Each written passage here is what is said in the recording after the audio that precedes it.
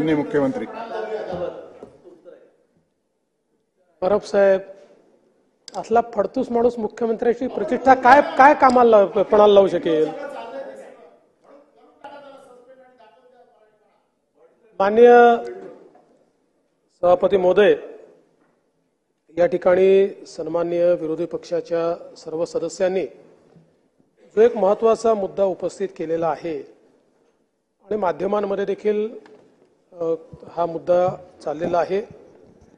अखिलेश शुक्ला या व्यक्तीने आणि त्याच्या पत्नीने या ठिकाणी एक भांडण झालं आणि त्या भांडणामध्ये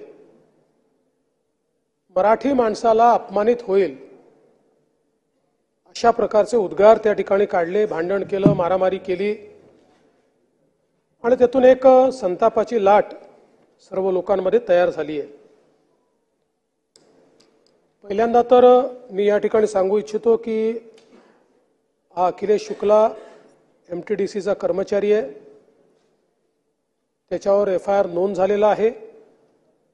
खडक पत्नीवरी दोघांवरी आहे, त्याची कॉपी आहे माझ्याकडे। खडकपाडा पोलीस स्टेशनमध्ये दाखल करण्यात आलाय। त्याला तात्काळ निलंबित करण्याची कारवाई या ठिकाणी करण्यात येते आहे आणि पुढील कारवाई पोलीस करतील। मुळात कोणाच्याही मनामध्ये शंका असण्याचं कारण नाही। मुंबई आणि महाराष्ट्र हा मराठी माणसाचाच होता, मराठी माणसाचाच आहे आणि मराठी माणसाचाच राहील। कधी कधी काही नमुने चुकीचं वक्तव्य करतात, माज आणल्यासारखं करतात। अशा माजोरड्यांचा माज उतरवल्याशिवाय आम्ही राहणार नाही।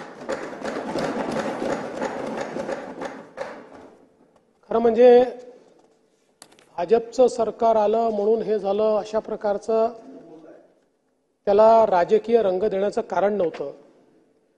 कारण शेवटी आपण राजकारणात शिरलो तर आपल्याला याचाही विचारभाई करावा लागेल की मुंबईमध्ये बसलेला मराठी माणूस हद्दपार का झाला, कोणाच्या काळात झाला, का त्या माणसाला मुंबईमधनं ठाणे, कल्याण, डोंबिवली, वसई, विरार त्याच्या पलीकडे जावं लागलं आणि त्या काळामध्ये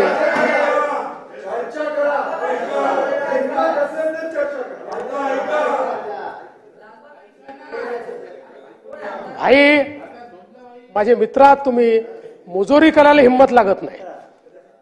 तथ्यावर बोललं पाहिजे आपण सगळ्यांनी आणि तथ्य हेच आहे। आज मुंबईचं सगळं रिडेव्हलपमेंट कधी झालं? त्या रिडेव्हलपमेंट मधला मराठी माणूस बिचारा कुठेतरी 300 स्क्वेअर फूट मध्ये बसलेला आहे आणि मोठ्या मोठ्या फ्लॅटमध्ये कोण राहत आहे त्या ठिकाणी। पण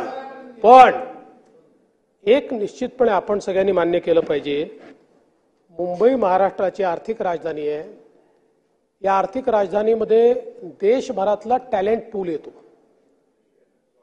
आणि ते सगळे त्या ठिकाणी राहतात आणि मी हे बघितलेलं आहे।